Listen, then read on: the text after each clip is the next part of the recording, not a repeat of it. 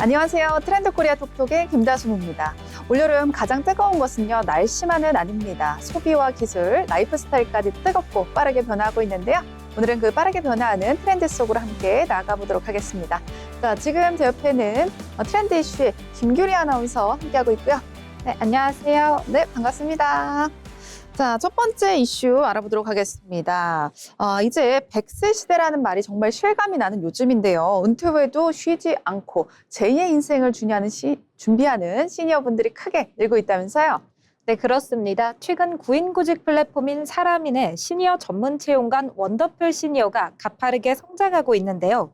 은퇴 후 새로운 일자리를 찾는 중장년층이 그만큼 많아졌다는 것으로 해석됩니다. 네, 예전에는 은퇴하면 집에서 쉬거나 아니면 소일거리를 찾으시는 어르신들이 많아졌는데 지금은 전문성을 살린 일자리들을 많이 찾으신다고요. 네, 과거와 달리 단순 노무직만 찾는 게 아닌데요. 수십 년간 쌓아온 본인만의 전문성과 경력을 살려 재취업에 도전하는 시니어 구직자들이 눈에 띄게 늘고 있습니다. 맞습니다. 청춘을 바쳐서 알게 된 노하우를 그냥 써버리는 건 사실 좀 아까운 일인 것 같습니다. 기업들 입장에서도 더 좋을 것 같은데요. 맞습니다. 신입사원 교육 비용을 대폭 줄이고 곧바로 실무에 투입할 수 있다는 것이 가장 큰 장점으로 꼽히는데요. 기업들도 풍부한 경험을 갖춘 시니어 인재를 적극 환영하고 있습니다. 게다가 오랜 직장 생활로 다져진 연륜 덕분에 기업들 입장에서는 젊은 직원과 소통하면서 멘토의 역할을 하는 시니어들도 많아졌다면서요. 네, 그렇습니다. 시니어 직원들이 조직의 중심을 탄탄하게 잡아주면서 세대 간 시너지를 내는 긍정적인 효과로 이어지고 있습니다. 네, 우리 사회가 초고령 사회로 진입한 지 꽤 됐습니다. 그러나 이제 시니어의 활동이 많아진다는 거는 기쁜 소식인 것 같네요. 그렇습니다. 일할 의지와 능력을 갖춘 시니어들이 경제활동의 든든한 한 축으로 다시 자리 잡고 있는 건데요. 앞으로 이들을 위한 맞춤형 일자리 매칭 서비스는 더욱 정교해질 전망입니다. 네, 계속해서 다음 이슈 넘어가겠습니다. 앞서 시니어 일자리 채용이 점점 더 활발해지고 있다는 소식 전해드렸는데 스타벅스가 이 일에 앞장서고 있다고 합니다. 이 바리스타 시니어 양성에 적극적으로 투자하고 있다면서요. 네, 스타벅스가 어르신들을 위한 시니어 바리스타 교육을 재개했습니다. 전문 교육장을 열어 이번 연말까지 무려 500명의 시니어 바리스타를 양성할 계획이라고 하는데요. 500명이면 그 숫자가 상당히 크다라는 생각이 드는데 요즘 카페 가면 키오스크 이런 주문들이 사실 복잡하기 때문에 어르신들이 어려워하는 모습을 봤거든요. 그런데 직접 바리스타로 나눈다니 대단한 일인 것 같은데 이 라떼 아트 같은 고도의 기술력을 또 보여주시는 건가요? 네, 그렇습니다. 커피 머신을 다루는 법부터 우유 스팀을 내리는 법이나 제조 기술까지 청년 바리스타들이 받는 전문 실무 교육을 똑같이 이수하게 되는데요. 새로운 도전에 나선 시니어 바리스타들의 열정이 청년들 못지않게 뜨겁다고 합니다. 이렇게 체계적인 교육을 마치고 나면 어르신들이 실제 지역 카페에서 일하게 되는 걸까요? 네, 교육을 수료한 어르신들은 지역사회 내 시니어 카페나 관련 기관에서 바리스타로 활약하게 됩니다. 실질적인 재취업의 든든한 발판이 되는 겁니다. 네, 손님들 반응도 좋을 것 같은데 왜냐면 어르신들이 매장에 있으면 뭔가 훈훈하고 따뜻한 그런 정감 넘치는 느낌이 드니까요. 네, 실제로 시니어 바리스타가 있는 매장을 방문한 손님들에 따르면 정감 가고 덩달아 마음이 따뜻해진다며 만족도가 아주 높다고 합니다. 네, 기업들이 앞서서 이렇게 양질의 시니어 일자리를 만드는 모습이 정말 좋은 사회적 변화인 것 같다 이런 생각이 듭니다. 네, 맞습니다. 고령화 시대의 시니어들이 경제적 자립과 사회 참여는 필수 과제인데요. 이렇게 민간 기업의 전문성을 살린 실효성 있는 지원이 앞으로 더욱 확대되길 기대해 봅니다. 네, 멋진 인생의 이막을 열어가는 시니어분들을 저희가 응원하도록 하겠습니다. 계속해서 다음 이슈 넘어가 볼 건데요. 이 장마철이 되니까 이 병이 조금 더 발병률이 높아진다고 합니다. 습고 더운 장마철에는 당뇨병 환자들에게는 최악의 계절이라고 하죠. 네, 덥고 습한 장마철에는 땀을 많이 흘리게 되는데요. 이때 몸속에 수분이 빠져나가면서 혈액이 끈적해지고 결국 혈당 수치가 급격히 치솟게 됩니다. 뭘 먹어서 혈당 수치가 올라가는 것이 아니라 혈당 관리, 땀을 많이 흘리는 것만으로도 혈당 관리에 비상에 걸리게 되는 것 같은데 게다가 비가 오면 야외 운동하기도 힘들어지잖아요. 그렇습니다. 활동량이 줄어드는 것도 혈당 상승의 주요 원인인데요. 또 덥다고 달콤한 음료나 차가운 아이스크림을 자주 찾게 되는 것도 혈당 조절을 방해하는 치명적인 요인입니다. 네, 게다가 비가 오면 부침개나 칼국수 같은 탄수화물도 정말 적극적으로 찾게 되는데 이 당뇨 환자들한테는 정말 치명적일 것 같습니다. 네, 맞습니다. 탄수화물 위주의 식단은 혈당을 급격히 치솟게 하기 때문에 철저한 식단 관리가 필수인데요. 갈증이 날 땐 시원한 생수나 보리차를 드시고 식사는 단백질과 채소 위주로 챙기셔야 합니다. 네, 장마철에도 식단 관리 철저히 하게 해야 될 것 같다는 생각이 드는데 야외 운동이 어려우면 이제 집안에서 뭐 가벼운 스트레칭 같은 운동은 필수겠죠. 그렇습니다. 실내에서 할 수 있는 가벼운 스트레칭이나 맨몸 체조를 꾸준히 해주셔야 하는데요. 그리고 또 한 가지 주의할 점이 있습니다. 바로 당뇨발입니다. 아, 당뇨발이 그 발에 괴사나 종양 같은 거 생기는 걸 당뇨발이라고 하죠. 근데 이게 특히 또 장마철에 위험하다면서요. 네, 그렇습니다. 덥고 습할수록 이 발에 난 작은 상처가 궤양으로 크게 번질 위험이 높아지는데요. 답, 그러다 보니 답답하더라도 실내에서 꼭 얇은 양말을 신어 발을 보호해줘야 합니다. 네, 혈당의 발 관리까지 정말 신경 쓸 게 많은 장마철 이제 요즘입니다. 자, 그런데 이 당뇨가 더 이상 중장년층과 어르신들만의 문제는 아니라고 합니다. 달콤한 디저트 열풍 때문에 최근 젊은 당뇨, 2030 당뇨가 늘고 있다고 합니다. 네, 탕후루와 요아정에 이어 이번에는 대만식 디저트인 양쯔깐루가 인기를 끌고 있는데요. 이런 SNS를 중심으로 새로운 디저트 열풍이 쏟아지면서 대세로 떠오르고 있습니다. 네, 디저트 유행 주기가 점점 짧아지고 있다 이런 생각이 드는데 근데 이런 디저트들의 공통점이 있죠. 하나같이 정말 달다는 겁니다. 네, 그렇습니다. 문제는 이 달콤한 디저트들이 청년층의 건강을 심각하게 위협하고 있다는 건데요. 실제로 최근 2030 세대의 당뇨 환자 수가 역대 최고치를 기록했습니다.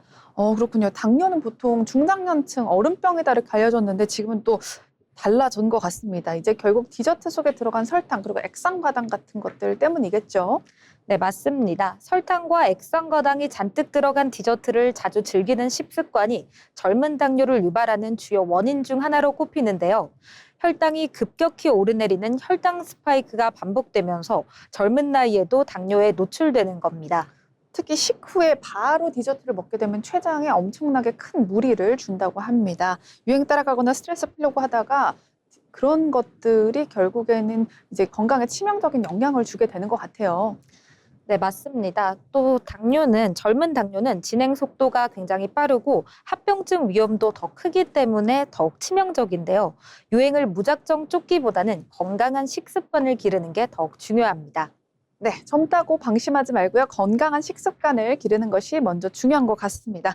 자, 오늘은 활기찬 인생의 이막을 여는 시니어들의 소식부터 장마철 건강관리까지 두루두루 살펴봤습니다. 나이와 상관없이 모두들 건강하고 기분 좋은 한 주 보내시길 바랍니다. 지금까지 트렌드 이슈였습니다.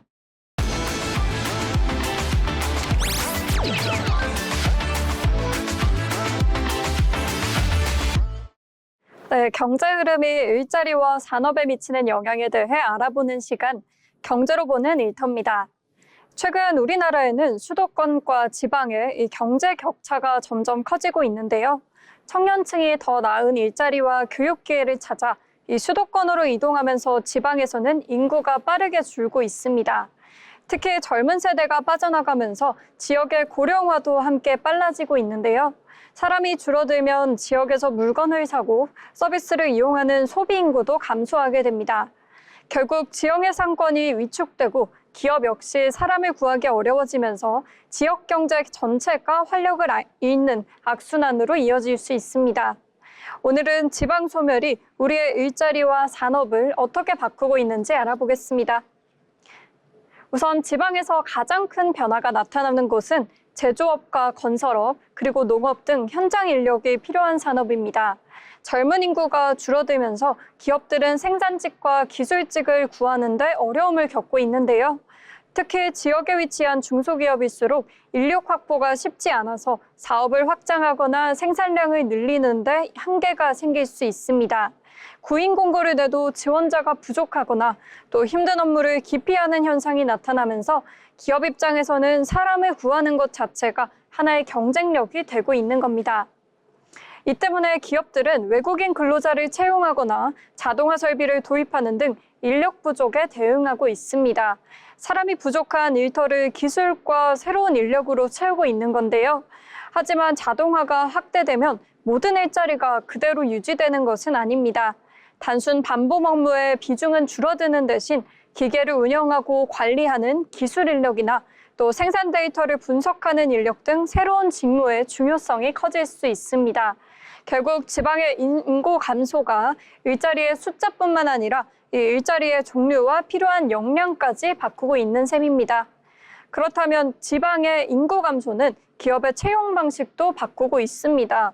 과거에는 지역에 있는 인력을 중심으로 채용하는 것이 일반적이었다면 이제는 다른 지역의 인재를 유치하거나 청년들이 지역에 정착할 수 있도록 주거와 교육, 복지 등을 함께 지원하는 기업들도 늘고 있습니다. 기업이 좋은 일자리를 만드는 것뿐만 아니라 이 직원들이 실제로 지역에서 살아갈 수 있는 환경을 함께 만들어야 한다는 겁니다. 그렇다면 기업과 정부는 지방 소멸에 대해서 어떻게 대응하고 있을까요? 정부는 지역의 기업 투자를 유도하고 산업단지를 조성하는 한편 지역 기업에 대한 지원과 청년 정착 정책 등을 추진하고 있습니다. 기업 역시 수도권에 집중된 인력과 비용 부담을 줄이고 이 지역의 새로운 인재를 확보하기 위해서 지역의 생산시설을 확대하거나 연구개발을 거점을 마련하는 움직임을 보이고 있는데요. 하지만 기업을 지역에 유치하는 것만으로 이 지방 소멸을 막기는 어렵습니다.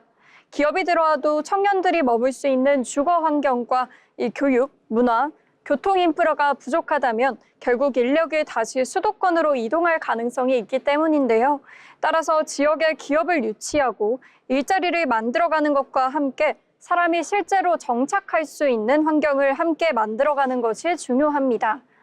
지방 소멸은 인구의 문제를 넘어서 이 기업과 산업 그리고 우리의 일터를 바꾸는 경제의 흐름이 되고 있습니다. 결국 지방의 미래를 결정하는 것은 얼마나 많은 사람이 사느냐를 넘어 어떤 일자리가 있느냐에 달려있을지도 모르는데요. 앞으로 지역에 어떤 산업이 들어서고 어떤 일자리가 만들어질지 그리고 지방의 인구 감소를 막기 위해서 기업과 정부가 어떤 해법을 찾아낼지 관심 있게 지켜볼 필요가 있겠습니다. 지금까지 경제로 보는 일터였습니다.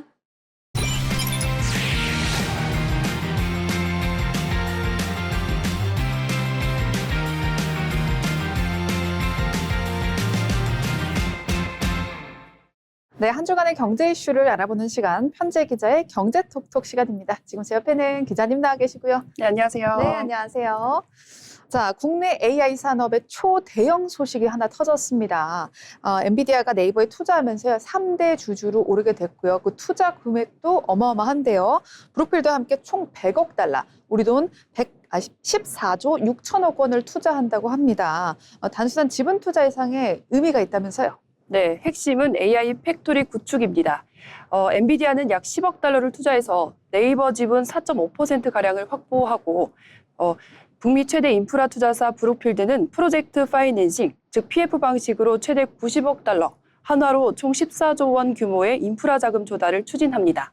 네이버는 이 자금을 바탕으로 AI 데이터 센터 구축과 1기가와트 규모의 AI 인프라를 조성할 계획이라고 밝혔습니다. 네, 우리나라로서는 상당히 좋은 소식이긴 합니다만 이제 엔비디아가 네이버에 도대체 왜 투자를 한 걸까요? 네, 시장에서는 단순한 지분 투자 목적보다는 AI 생태계를 선점하기 위한 전략적 투자로 보고 있습니다. AI 데이터 센터가 늘어날수록 엔비디아 GPU 수요도 함께 늘어나기 때문인데요. 투자와 금융을 함께 연결해서 AI 인프라 구축을 지원하는 전략이라는 분석입니다. 네, 요즘 벤더 파이낸싱이라는 단어가 나오고 있습니다. 이제 굉장히 좀 생소한 단어인 것 같아요. 구체적인 설명 부탁드릴게요.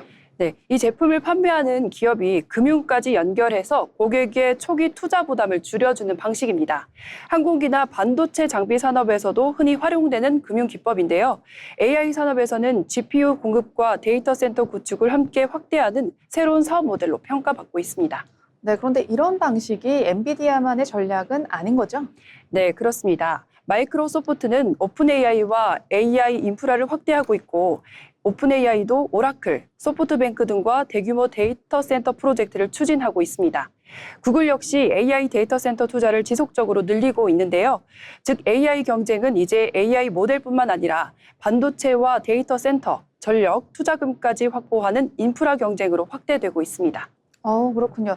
이번 일에 대해서 긍정적인 시선과 우려와 걱정의 시선이 함께 공존하고 있을 것 같아요. 네, 외신에서는 AI 수요가 기대만큼 빠르게 늘지 않을 경우 대규모 투자금을 회수하는 데 시간이 걸릴 수 있다는 점과 AI 인프라가 엔비디아 생태계 중심으로 구축이 되면서 특정 기업에 대한 의존도가 높아질 수 있다는 점을 우려하고 있습니다. 반면 이번 투자는 네이버가 세계 최고 수준의 AI 인프라를 확보해서 글로벌 AI 시장에 진출하고 우리나라의 소버린 AI 경쟁력을 한 단계 끌어올릴 기회가 될 것이라는 긍정적인 평가도 나오고 있습니다. 네, 그렇습니다. AI 경쟁이요. 이제는 반도체를 넘어서 저희 데이터 센터와 전력 그리고 자금까지 아우르는 인프라 시장이 되었습니다. 시청자 여러분, 이 점 기억하시면 좋을 것 같고요. 계속해서 다음 이슈 넘어가 보도록 하겠습니다. AI 경쟁이 치열해지면서 반도체만큼 중요한 것이 하나 있습니다. 바로 전기인데요. 정부도 AI 데이터 센터와 반도체 산업을 뒷받침하기 위해서는 반드시 전력이 충분히 필요하다라고 강조하고 있습니다. 그런데 업계에서는 공장보다 전기가 더 늦게 온다 이런 말이 있다면서요. 이게 무슨 뜻일까요? 네, 송전망은 발전소에서 생산한 전기를 공장과 데이터 센터로 보내는 말 그대로 전기의 고속도로인데요. AI 데이터 센터와 반도체 공장은 막대한 전력을 24시간 사용하기 때문에 전기가 제때 공급되지 않으면 공장을 다 지어놓고도 정상 가동이 어려울 수 있습니다. 그런데 이 송전망이 부족해지고 있는 겁니다. 그러면 전기를 만드는 것보다 전기를 이렇게 통로를 통해서 보내는 것이 더 어렵다라는 이야기인가요? 네, 맞습니다. 우리나라는 용인 반도체 클러스터를 비롯해 AI 데이터 센터 구축이 빠르게 늘고 있지만 송전선 건설은 주민 반대와 인허가 절차 등으로 수년씩 지연되는 사례가 적지 않습니다. 정부도 이런 문제를 해결하기 위해서 전력망 구축 절차를 개선하고 AI 인프라 확충에 속도를 내겠다는 계획을 밝히기도 했는데요.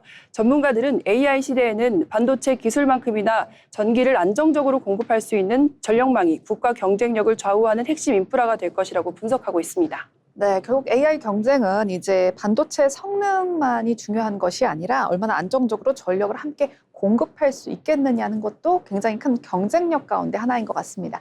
계속해서 다음 이슈 넘어가 보도록 합니다. 요즘 도로를 보면요, 중국산 전기차가 예전보다 훨씬 더 많이 보입니다. BYD뿐 아니라 중국에서 생산된 테슬라까지 국내 판매량이 크게 늘고 있는 요즘인데요. 소비자 입장에서는 선택지가 늘어나서 반갑기도 하지만 또 자동차 업계에서는 걱정과 고민거리가 있다면서요. 네, 최근 국내 수입 전기차 시장에서는 중국에서 생산된 차량의 비중이 크게 늘고 있습니다. 중국 브랜드인 BYD는 물론 테슬라 모델 Y와 일부 모델 3도 중국 공장에서 생산돼 국내로 들어오고 있기 때문입니다. 올 상반기 수입 전기차 가운데 중국산 비중은 독일과 미국을 크게 앞서기도 했습니다. 네, 결국에는 중국산 전기차가 이렇게 잘 팔리는 이유가 뭘까요? 가격 경쟁력 때문일까요? 네, 맞습니다. 역시 가장 큰 이유는 가격 경쟁력 때문이었습니다.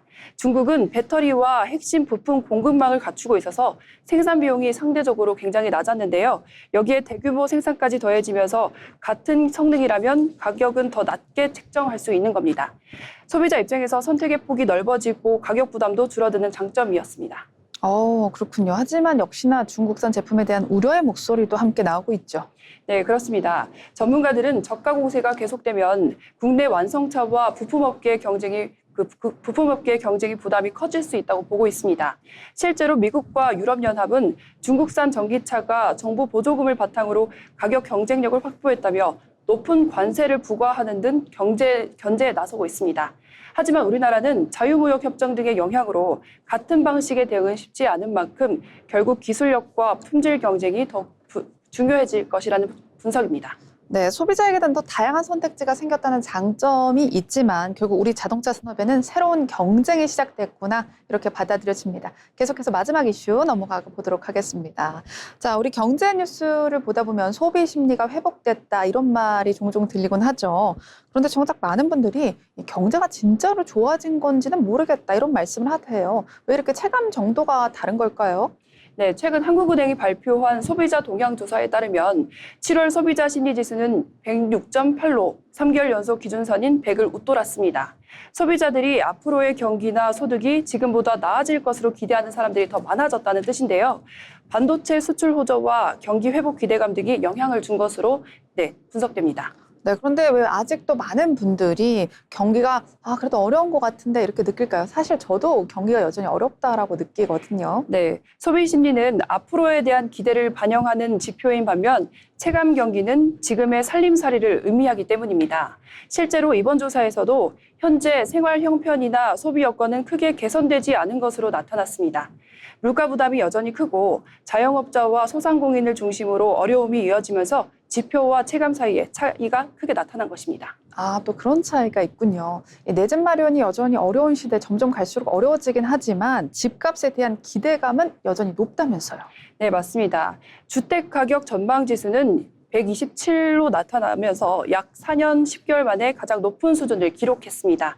앞으로 집값이 오를 것이라고 예상하는 사람들이 그만큼 늘었다는 의미인데요.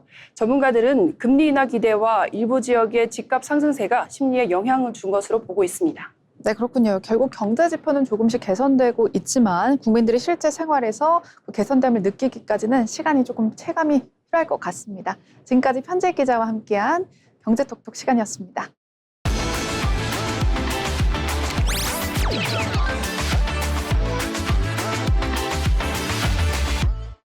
한 남자가 자신을 15년 동안 가둔 사람을 찾아 나섭니다. 어딘가 익숙하시죠? 복수를 향해 달려가는 강렬한 이야기와 파격적인 영상은 전 세계 관객들에게 큰 충격을 안겼는데요. 영화 올드보이를 통해 한국 영화의 독창성을 전 세계에 알린 감독이 있습니다. 잔혹함과 아름다움, 사랑과 복수처럼 서로 어울릴 것 같지 않은 감정들을 한 화면에 담아내며 자신만의 영화 세계를 만들어 온 인물인데요. 오늘 자빈 스토리에서는 세계가 주목하는 영화 감독 박찬욱 감독의 이야기를 만나보겠습니다. 박찬욱 감독은 1963년 서울에서 태어났습니다. 서강대학교에서 철학을 전공한 그는 대학 시절 사진 동아리와 영화 동아리에서 활동하며 본격적으로 영화에 관심을 갖기 시작했는데요. 특히 알프레도 히치콕 감독의 영화 현기증을 본 뒤 영화 감독이 되겠다는 꿈을 품게 됐습니다. 당시에는 지금처럼 영화를 전문적으로 배울 기회가 많지 않았기 때문에 친구들과 영화 동아리를 만들어 해외 영화를 감상하고 영화 관련 서적을 찾아 읽으며 스스로 공부했습니다. 대학을 졸업한 뒤에는 영화 제작 현장에서 경험을 쌓고 영화 평론가로도 활동하며 감독의 길을 준비했습니다. 박찬욱 감독은 1992년 영화 달은 해가 꾸는 꿈으로 장편 영화 감독에 데뷔했습니다. 하지만 초기 작품들은 흥행과 평가에서 큰 주목을 받지 못했고 한동안 차기 작품을 만들기 어려운 시기를 겪어야 했는데요. 그럼에도 영화에 대한 꿈을 포기하지 않고 시나리오 작업과 영화 평론 활동을 이어갔습니다. 그리고 2000년 남북한 병사들의 비극적인 사건을 그린 영화 공동경비구역 JSA가 흥행에 성공하며 대중과 영화계의 주목을 받기 시작했습니다. 이후 복수는 나의 것과 올드보이, 친절한 금자씨로 이어지는 이른바 복수 3부작을 통해 인간의 복수심과 죄책감, 구원에 관한 질문을 던지며 독창적인 연출 세계를 보여줬습니다. 박찬욱 감독을 세계적인 거장의 반열에 올린 작품은 2003년 개봉한 올드보이였습니다. 올드보이는 2004년 칸 국제영화제에서 심사위원 대상을 받으며 세계 영화계에 강렬한 인상을 남겼는데요. 이후 박쥐로 2009년 칸 영화제 심사위원상을, 헤어질 결심으로 2022년 감독상을 받으며 칸 영화제에서 무려 3차례나 주요상을 수상했습니다. 아가씨에서는 섬세한 미장센과 치밀한 서사를 선보였고 영국 드라마 리틀 드러머걸과 미국 드라마 동조자를 연출하며 활동 영역을 세계 무대로 넓혔습니다. 박찬욱 감독은 작품의 아름답고 정교한 화면뿐 아니라 선과 악으로 쉽게 구분하기 어려운 인물들의 복잡한 감정을 깊이 있게 표현하고 있다는 평가를 받았습니다. 박찬욱 감독은 새로운 작품을 통해 끊임없이 자신의 영화 세계를 확장하고 있습니다. 2025년에는 평범한 직장인이 해고된 뒤 재취업을 위해 극단적인 선택을 하게 되는 이야기를 그린 영화 어쩔 수가 없다를 선보이며 현대 사회의 경쟁과 불안을 특유의 블랙 코미디로 풀어냈는데요. 또 2026년에는 한국 영화인 최초로 칸 국제영화제 경쟁부문 심사위원장을 맡아 세계 영화의 흐름을 평가하고 이끄는 역할을 수행했습니다. 과거 칸 영화제의 선택을 받았던 감독에서 이제는 새로운 작품을 직접 선택하는 심사위원장이 된 것입니다. 앞으로도 장르와 국가의 경계를 넘나드는 새로운 작품을 통해 세계 관객들에게 독창적인 영화적 경험을 선사할 것으로 기대됩니다. 박찬욱 감독은 처음부터 세계적인 거장으로 인정받았던 것은 아닙니다. 초기 작품의 실패와 오랜 기다림 속에서도 자신이 만들고 싶은 영화가 무엇인지 끊임없이 고민했고 결국 누구도 쉽게 흉내낼 수 없는 자신만의 영화 언어를 완성했습니다.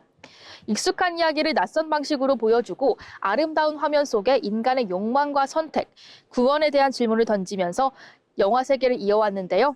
그의 영화가 앞으로 또 어떤 새로운 세계를 보여줄지 기대가 됩니다. 지금까지 자빈스토리였습니다.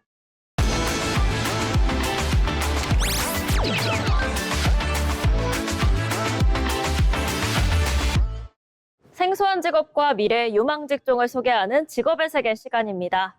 우리가 매일 식탁에서 마주하는 다양한 음식들. 최근 기후변화와 인구 증가 속에서 인류의 먹거리를 안전하고 풍요롭게 만드는 이들이 있다고 합니다. 이 바로 식량 문제를 해결할 열쇠로 주목받는 유전자 제조합 식품 전문가입니다. 이들은 생명공학 기술을 활용해 작물의 품종을 개량하고 질병에 강하면서 영양가가 높은 식품을 연구, 개발하는 전문 인력인데요. 식량 안보의 중요성이 커지고 바이오 산업이 급성장하면서 이 미래 먹거리를 책임질 이 직업에 대한 관심 또한 함께 높아지고 있습니다. 그러면서 유전자 제조합 식품 전문가는 구체적으로 어떤 일을 하게 될까요? 이 유전자 제조합 식품 전문가의 업무는 크게 연구개발과 안전성 평가로 나눠지게 됩니다. 이 연구개발 업무로는 가뭄이나 해충에 잘 견디는 작물을 개발하거나 이 특정 영양 성분을 극대화한 기능성 농축산물을 만들어내는 유전자 편집 기술 적용 등이 있으며 이 안전성 평가 업무로는 이렇게 개발된 식품이 인체나 환경에 유해하지 않은지 과학적으로 검증하고 이 정부의 규제 기준에 맞추어서 심사를 통과하도록 분석하는 일을 맡고 있습니다. 이 새로운 바이오 식품이 시장에 나오기 전에 가공 적합성을 테스트하거나 GMO 표시제 등 관련 법적 기준을 검토할 때도 이 전문가들이 전반적인 과정을 총괄하게 되는데요. 이 최근에는 단순히 농작물에만 극하지 않고 대체육, 배양육, 인공 단백질 등 푸드테크 전반으로 그 전문 영역을 넓혀가고 있습니다. 그렇다면 최근 이들이 주목받는 이유는 무엇일까요? 이 UN 보고서에 따르면 전 세계 인구는 꾸준하게 증가해서 2050년에는 약 97억 명에 달할 것으로 전망됩니다. 기후 위기로 인한 식품 생산량 감소는 인류의 생존을 위협하는 핵심 과제로 떠오르고 있는데요. 여기에 생명공학 기술이 급속도로 발전하면서 정밀 홍수, 가뭄 저항성 작물이나 메탄가스를 적게 배출하는 친환경 가축 등의 수요가 폭발적으로 늘고 있습니다. 인류의 식량난 해결과 지속 가능한 농업을 위해 전 세계 정부와 기업이 바이오 푸드 산업에 대규모 투자를 이어가고 있는 만큼 앞으로 전문 인력에 대한 수요는 지속적으로 급증할 것으로 보입니다. 유전자 제조합, 식품 전문가가 되기 위해서는 먼저 대학이나 대학원에서 생명공학, 그리고 식품공학, 농학, 분자생물학 등 관련 분야의 전문 학위를 취득하는 것이 유리합니다. 자격증의 경우 국가기술 자격인 생물공학 기사나 식품기사 자격을 취득하면 전문성을 입증하는 데 큰 도움이 되는데요. 최근 푸드테크와 바이오 분야의 인재 수요가 늘어나면서 관련 학과의 경쟁률과 기업들의 채용 규모도 해마다 커지고 있습니다. 특히 유전자, 가위 등 3세대 핵심 유전공학 기술을 다룰 수 있는 석박사급 전문 연구원들의 몸값은 고공행진을 이어가고 있습니다. 다만 이론 연구나 실험실 경험만으로는 바로 전문가가 되는 것은 아닙니다. 생명윤리법과 국가별 유전자 변형 생물체 관련 규제를 정확하게 이해하고 이 까다로운 임상시험과 독성 평가 등 실무 경력을 단연간 쌓아야 비로소 신뢰받는 전문 연구원으로 자리 잡을 수 있게 됩니다. 유전자 제조합 식품 전문가는 생물학 및 화학적 전문 지식은 물론 생명을 다루는 직업인 만큼 엄격한 윤리의식과 생명 존중의 태도가 매우 중요한 직업입니다. 이 또한 신기술에 대한 대중의 불안감을 해소하고 사회적 합의를 이끌어낼 수 있는 소통 능력과 문제 해결 능력도 꼭 필요한데요. 이 기후 변화 속에서 인류의 안전한 식탁을 지키고 미래 주권을 확보하는 일, 보이지 않는 연구실에서 기술의 한계를 넓히면서 인류의 내일을 배부르게 만드는 사람들. 오늘은 유전자 제조합 식품 전문가에 대해서 알아봤습니다. 지금까지 직업의 세계였습니다.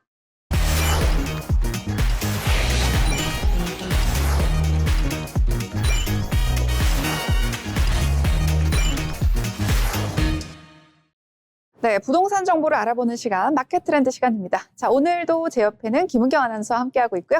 안녕하세요. 안녕하세요. 네, 반갑습니다. 자, 여러분 집값은 오르고요. 대출 문턱은 점점 높아지면서 청년층의 내 집 마련이 정말 어려운 시절이 됐습니다. 실제로 청년층의 주택 보유율이 관련 통계 작성 이후 가장 낮은 것으로 알려졌는데요. 네, 맞습니다. 지난해 39세 이하의 청년층의 주택 보유율은 27.7%로 집계됐습니다. 통계가 새롭게 작성된 2017년대 이후로 가장 낮은 수준을 보여주고 있고요. 처음으로 30% 아래로 떨어진 걸 볼 수 있었습니다.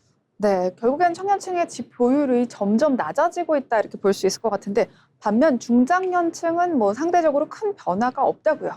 네, 지난해 50대 주택 보유율은 63.5%, 60세 이상은 68.5%를 기록했습니다. 청년층과 비교하면 각각 35%포인트, 40%포인트 이상 차이가 나면서 세대 간의 격차는 역대 가장 크게 벌어진 모습을 볼 수 있습니다. 네, 결국에는 집을 가진 사람과 가지지 못한 사람끼리 자산 격차가 상당해질 것이다라고 생각이 되는데 실제로 청년층의 평균 순 자산에는 어떤 변화가 있었을까요? 네, 청년들의 평균 춘 자산은 2억 1천여만 원으로 보여지고 있고요. 오히려 소폭 감소했습니다. 반면 50대는 5억 5천만 원, 60세 이상은 5억 3천만 원으로 늘어나 청년층보다 2배 이상 많은 자산을 보유한 것으로 보여지고 있습니다. 결국 집을 가진 사람과 가지지 못한 사람의 격차가 점점 더 커지고 있는 시절이다 이렇게 볼 수 있을 것 같습니다. 세대 간 격차뿐만 아니라 자산 규모에 따라서 주택 보유 여부가 또 많은 영향을 미치는 것 같습니다. 실제로 어느 정도 차이가 났나요?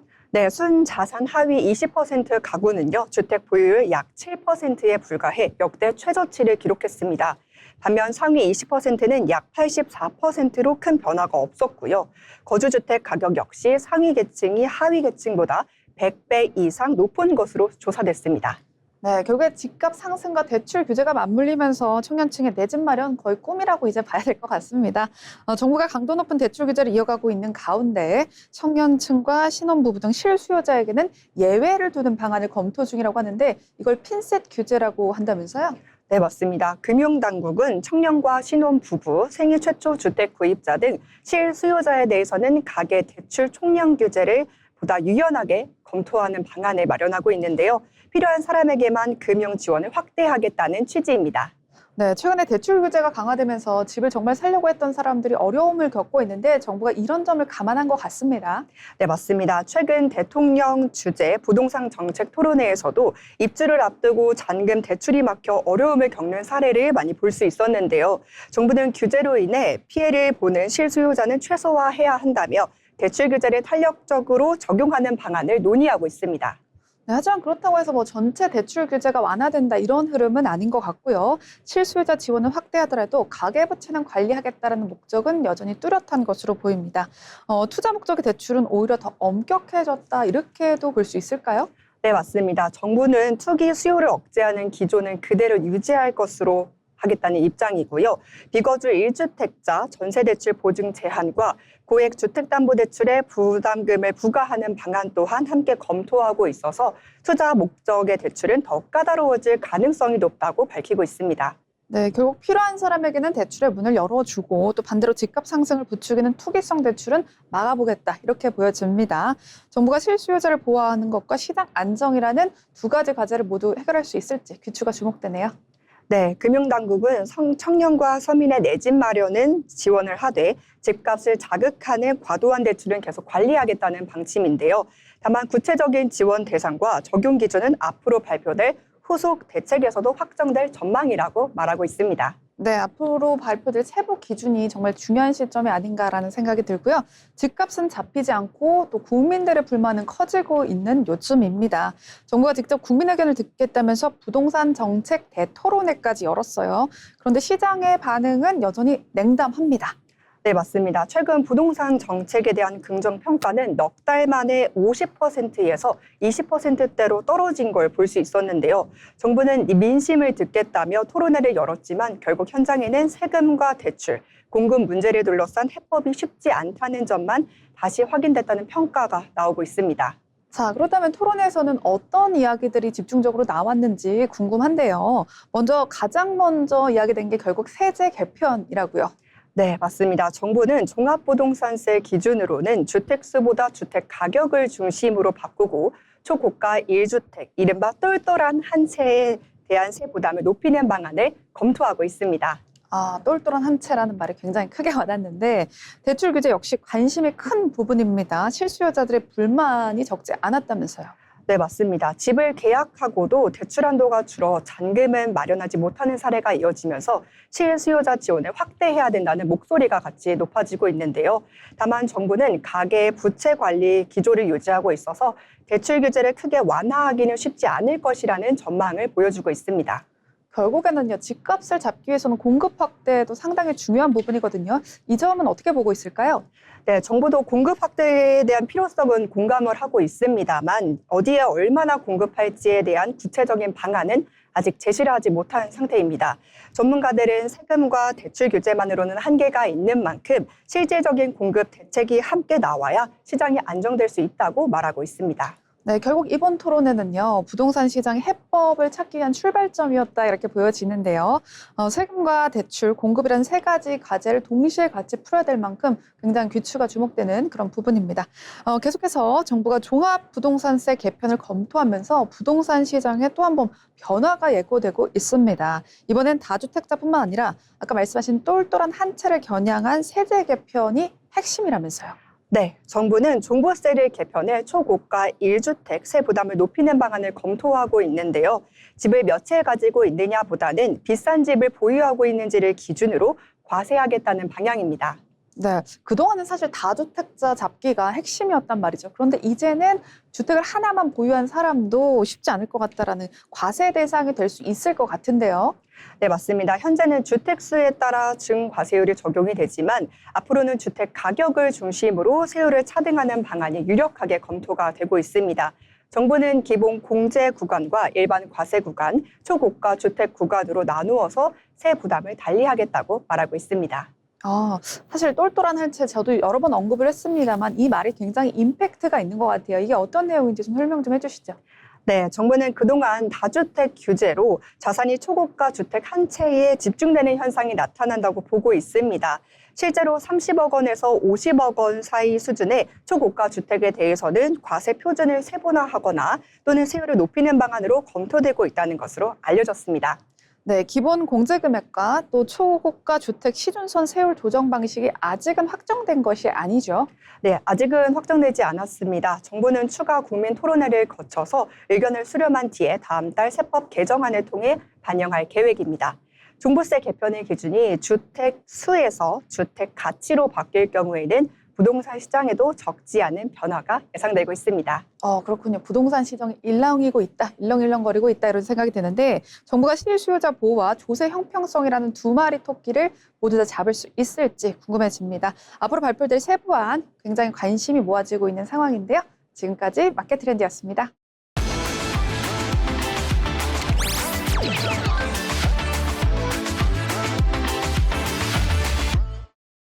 알아두면 쓸데있는 정보 알쓸정입니다.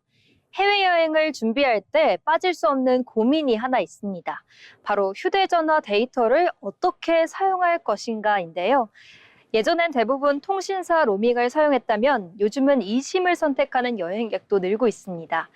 그렇다면 eSIM과 로밍은 어떤 차이가 있고 어떤 방법이 더 유리할까요?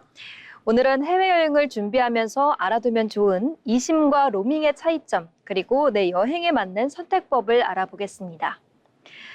로밍은 국내에서 사용하던 휴대전화 번호와 통신 서비스를 그대로 해외에서도 이용하는 방식입니다.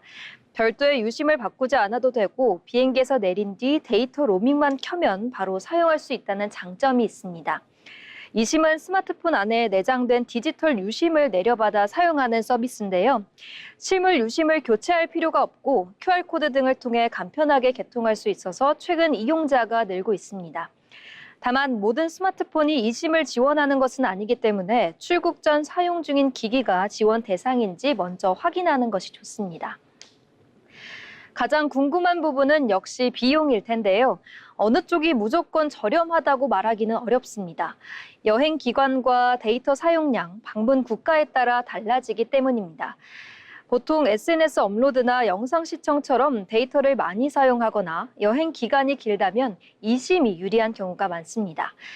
반대로 2, 3일 정도의 짧은 출장이나 여행이라면 통신사의 로밍 요금제가 더 간편하고 경제적인 경우가 있습니다. 출국 전 각 통신사의 로밍 상품과 eSIM 요금제를 비교해 보는 것도 좋겠습니다. 그렇다면 어떤 사람이 어떤 서비스를 선택하면 좋을까요? eSIM은 데이터를 많이 사용하거나 여러 나라를 여행하는 경우 활용도가 높습니다. 하지만 은행이나 카드사의 인증 문자를 자주 받아야 하거나 국내 번호로 업무 전화를 계속 받아야 한다면 로밍이 더 편리할 수 있습니다. 스마트폰 설정이 익숙지 않은 부모님이나 처음 해외여행을 떠나는 분들에게도 별도 설치 과정이 없는 로밍이 부담이 더 적습니다. 출국 전에 꼭 확인해야 하는 점도 있습니다. eSIM은 스마트폰이 해당 기능을 지원해야 사용할 수 있고 일부 국가에서는 사용할 수 있는 통신사가 제한될 수도 있습니다. 또 로밍은 요금제를 신청하지 않은 상태에서 데이터를 쓰면 예상보다 많은 요금이 발생할 수 있기 때문에 반드시 출국 전에 가입 여부를 확인해야 합니다. 여행 기간 동안 필요한 데이터 용량도 미리 계산해두면 불필요한 추가 비용을 줄일 수 있습니다. 오늘은 해외여행에서 많이 고민하는 eSIM과 로밍의 차이를 알아봤습니다. 저렴한 요금을 원한다면 eSIM, 편리함과 국내 번호 사용이 중요하다면 로밍이 더 적합할 수 있는데요. 어떤 방법이 좋다고 단정하기보다는 자신의 여행 일정과 데이터 사용량, 이용 목적에 맞게 선택하는 것이 가장 중요합니다. 출국 전 잠깐의 비교만으로도 통신비를 아끼고 더욱 안전한, 편안한 여행을 즐겨보시기 바랍니다. 지금까지 알쓸정이었습니다.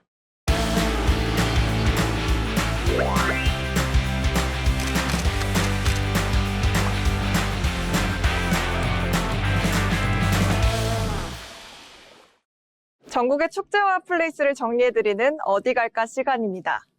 제주도, 푸른 밤, 이 노랫말만 들어도 이미 제주에 도착해 있는 것 같지 않으신가요? 비행기표 딱 끊고 제주도로 떠나긴 했는데 막상 생각보다 섬이 넓어서 어디부터 둘러봐야 하지 하고 길을 잃기가 쉽습니다. 제주도를 알차게 즐기려면 주요 거점들의 위치와 매력을 파악하는 게 필수인데요. 그래서 오늘 어디 갈까에서는 제주시, 애월, 서귀포시, 우도까지 4곳의 맛집과 가볼 만한 곳을 차근차근 알려드리겠습니다. 지금 바로 만나보시죠. 첫 번째 구역은 제주의 관문, 제주시입니다. 공항에서 차로 10분 거리인 이호태우 해수욕장은 빨간색과 흰색의 목마등대가 반겨주는 대표 포토존인데요. 탁 트인 바다 뒤로 비행기가 이륙하는 풍경을 배경 삼아 인생샷을 건지실 수 있습니다. 제주시에서 꼭 드셔야 할 별미는 바로 제주 고기국수입니다. 푹 우려낸 돼지 사골 육수에 두툼한 흑돼지 수육을 올려 먹는 고기국수는 진하고 구수한 국물 맛이 일품인데요. 고기국수 한 그릇으로 여행의 시작을 알려보시는 건 어떨까요? 두 번째는 제주 서쪽 동네 애월입니다. 애월에 오셨다면 해안선을 따라 조용히 걷기 좋은 한담 해안 산책로를 추천해드립니다. 늦은 오후 바다 지평선 너머로 붉게 물들은 황금빛 노을을 바라보며 걷는 풍경은 애월만의 독보적인 감성을 선사하죠. 아름다운 노을을 본 뒤 즐기는 저녁 메뉴로는 해녀촌 해산물과 제주 흑돼지구이가 있습니다. 에메랄드빛 바다를 바라보며 해녀 어머니들이 당일 바다에서 직접 물질에 올린 싱싱한 뿔소라와 전복을 먹으면 제주의 바다를 느끼실 수 있고요. 노릇하게 구워진 두툼한 흑돼지 목살을 멜젓에 찍어 먹으면 겉은 바삭하고 속은 육즙으로 가득 차 제주의 또 다른 참맛을 느끼실 수 있습니다. 세 번째는 한라산 남쪽의 서귀포시입니다. 서귀포의 명소 정방폭포는 수십 미터 절벽에서 바다로 직접 물줄기가 떨어지는 동양 유일의 해안 폭포를 감상하실 수 있습니다.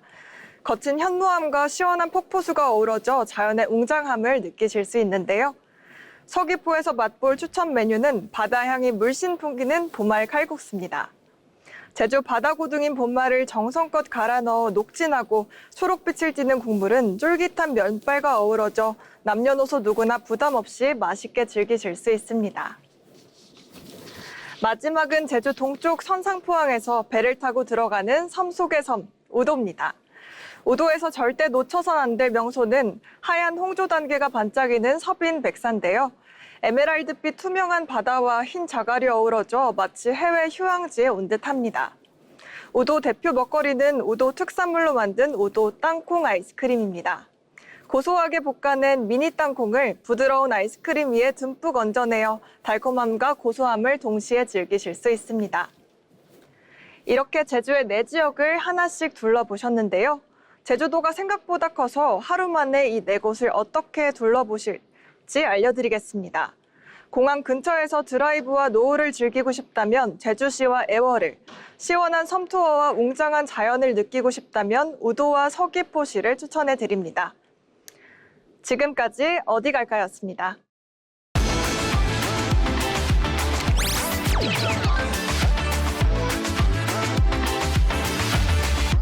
네, 시청자 여러분, 오늘 소개해드린 트렌드 어떠셨나요? 변화는 늘 우리 곁에서 시작됩니다. 앞서서 트렌드를 읽는 만큼 새로운 기회도 한 발짝 더욱 가까워질 수 있겠습니다. 다음 이 시간에도 가치 있고 유익한 정보로 들어오도록 하겠습니다. 고맙습니다.